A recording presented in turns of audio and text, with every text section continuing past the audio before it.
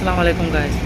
তো আমার একটা নিজের একটা আপডেট দিচ্ছি কথা যে আমি তো এর আগে বলেছিলাম যে ১ মাস কাজ করার পর বেতন কত পাবো না পাবো।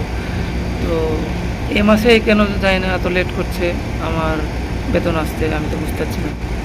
তো জানি না কিসের জন্য লেট করছে, তবে হয়তোবা আমার ব্যাংকে কোনো প্রবলেম আছে।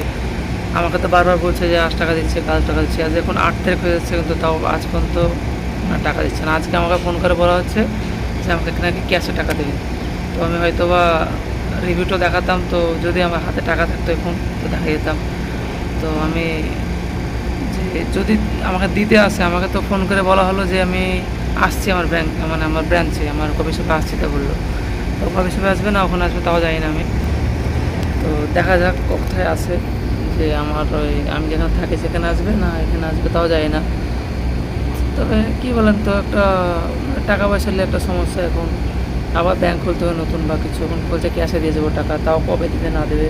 আমি একটা রিভিউ দেখাবো ভাবছিলাম, তো যদি হাতে টাকা দেওয়া তো এখন থেকে দিতাম। দেখা যাক কখন দেয়, তাও জানি না কবে দেবে না দেবে। যদি দেখায় তাহলে আমি দেখাচ্ছি একটু পরেই, পরে নেক্সট স্টেপে। এগুলোর জন্য বাই বাই।